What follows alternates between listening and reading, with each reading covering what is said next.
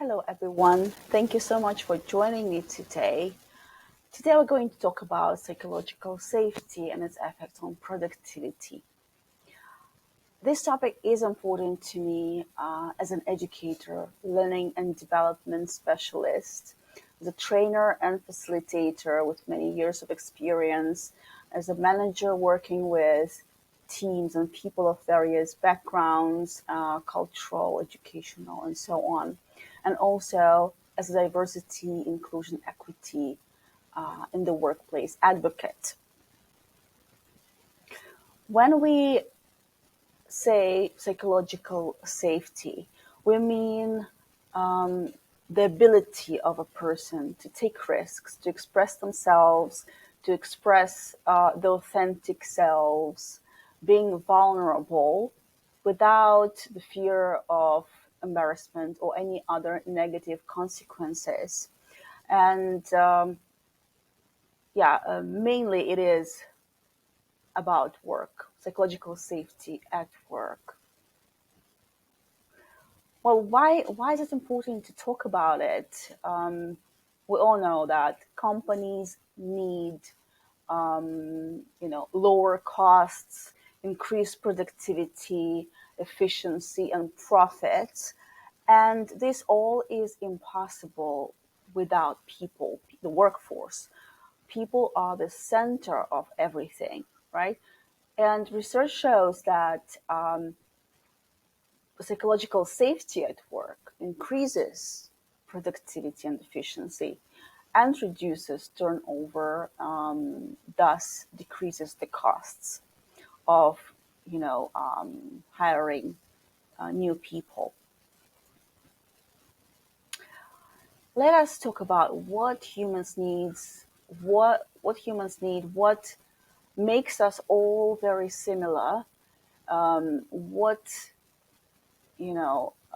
what is in the basis of all our behaviors. And here is the famous Maslow's hierarchy of needs, and you know it pretty well, I'm sure. And bringing value to other people, creating impact, innovation, creativity, critical thinking, and analysis go on the top of this pyramid as a part of self-actualization, aesthetic needs, and cognitive needs.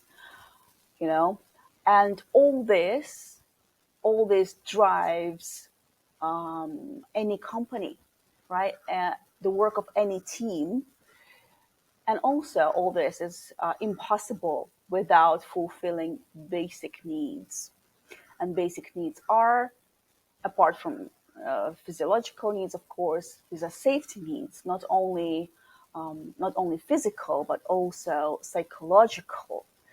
Feeling safe to express yourselves, feeling safe to be there in that space. And then belonging. And belonging is the next stage. When you feel safe to be physically present at work, you feel the need to belong. And this is also one of the basic needs. Well, safety lies in the basis of learning. Yeah. First, you need to feel safe to learn something, and learning leads to innovation in the workplace, and innovation leads to results and impact. So, if a company wants to create a greater impact, whether in the industry or in the community, in the country, in the world, they need to think about safety. It all goes back to safety. There cannot be good, sustainable results without people feeling safe, because, as we have discussed just now, this is the basic need of any person. And it can be, of course, that individually people feel safe, but in that specific team, they don't. So it's another thing, another topic. And here is a very famous scheme, the correlation between the psychological safety and performance accountability and learning. Yeah, as we said, Innovation is not possible without learning and constant development. And we can see that the lower psychological safety is, the fewer chances are that learning will take place. Now we can see that when the psychological safety levels are low, there can be only apathy and anxiety. Whereas as psychological safety levels increase, people start working in a comfort zone, which is not learning zone, but still it's already better than anxiety and apathy, right? But then in the combination with performance accountability, with challenges arising, it can lead to this beautiful space where people learn, where teams learn and are able to innovate. So it's very easy to ask, first of all, yourselves, and then people on your team, how safe do you feel? And reflect on that. How safe do you feel to speak up in the meetings, for example? How safe do you feel to ask for help when you see that you cannot cope with something or you don't know something? How safe do you feel to admit that you don't know something, that you made a mistake, that you were wrong, and which is one of the most difficult things, to accept other opinions different from your own. Of course, it should start with the leadership, right? These behaviors, this reflection, this awareness should be modeled right from the top. Well, here's a little bit of statistics by a Wiley brand disc. So only 50% of people experiencing a team change said that they feel comfortable reaching out for support. Isn't it sad, right? Yeah, there's something to think about, really. Even though many companies say that, yes, we worry about, when we care about the psychological safety in our teams and psychological safety of our employees, 61% of people, according to Forbes magazine, have experienced elevated stress levels. Around half of them have experienced burnout, and around 30% feel lonely at work. So there's a lot of things, to be done. What is happening? Like, why is it so? Why, in spite of all these efforts to create proper environment, working environment, many people still feel stressed out and not safe psychologically? Well, according to Professor Clark, psychological safety is not perceived properly. You know, there are a number of misconceptions about psychological safety. So normally people think that, oh, okay, we create this safety, and it means that we are all nice, we all are smiling, we just stay away from the conflicts, we give everyone like freedom to do whatever they want whenever they want, yeah, and we listen to each and every person, and we make decisions based on each person's opinion. But in fact, psychological safety is not being nice.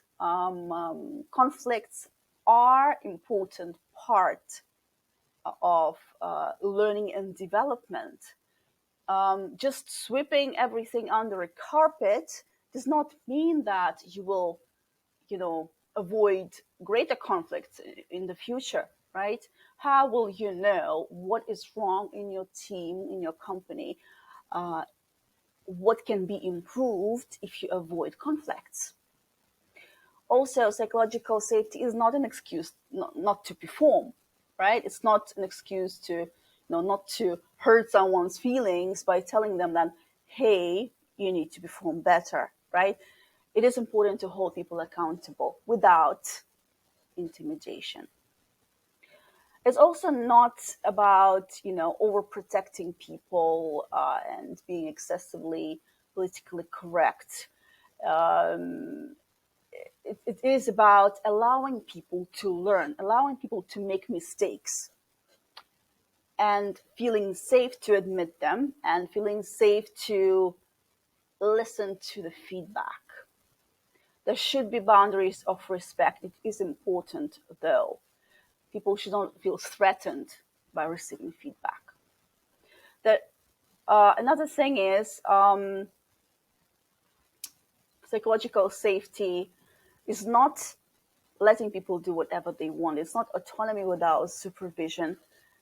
It is autonomy that is earned, right? If you deserve autonomy, if you have shown previously by all your work you've done that you deserve to be, set free and having less supervision, yeah, that's what it is about.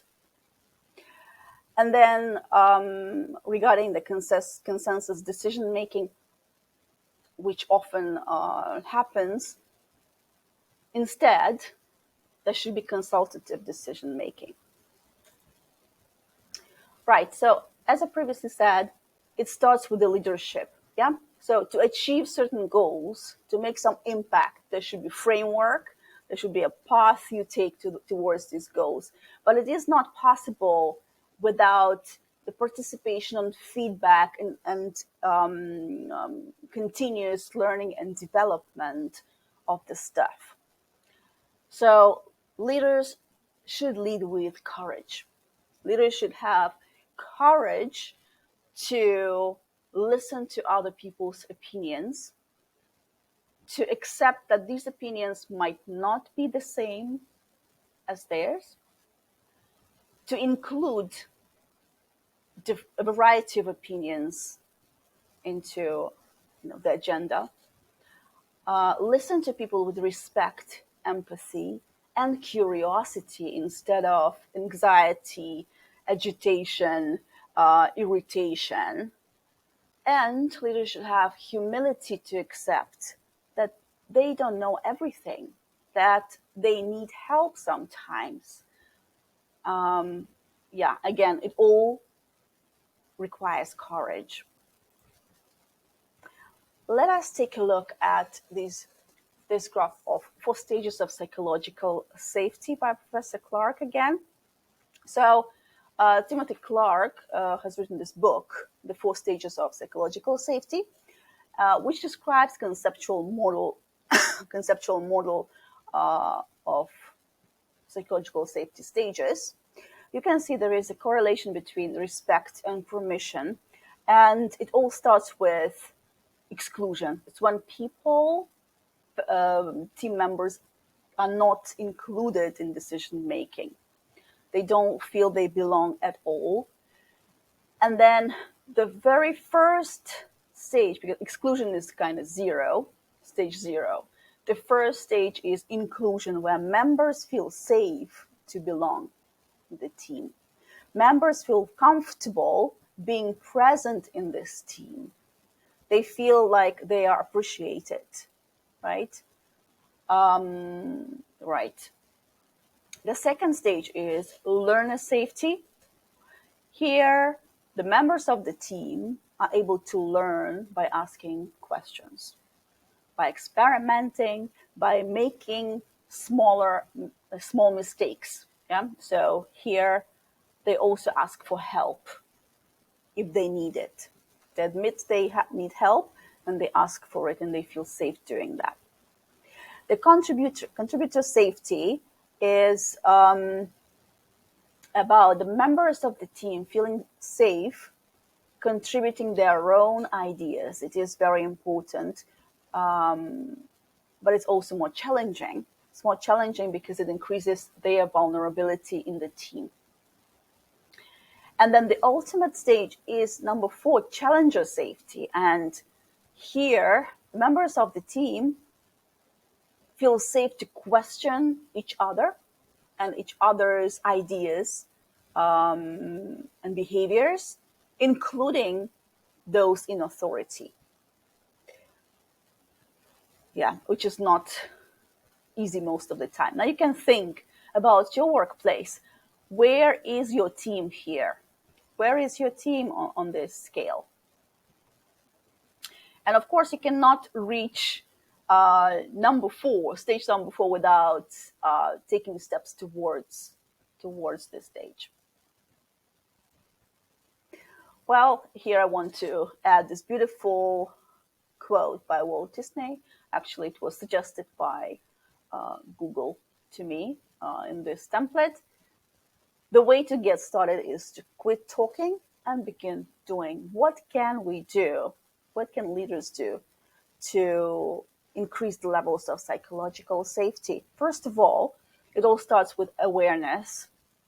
Being aware that you have a problem, being aware that there are some loopholes, there are some gray areas, and there's something to work on. That's number one. Then education and coaching is important because, first of all, there should be some framework implemented, and these behaviors should be modeled starting from the leaders. It also should be consistent. It should not be just, okay, let's have one workshop or two workshops and forget about it. It should be consistent. It's a process and it takes time. Coaching, by the way, is very helpful with this regard because, and by the way, it should not be done by a manager, right? It should be done by a coach who is not a part of that team,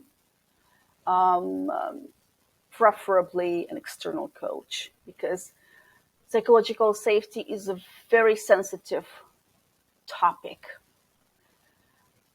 Talking about conflicts, as I said, conflicts should be embraced and should be used as a springboard, springboard and learning material, rather than something you just say, oh no, we are not touching that, it's taboo.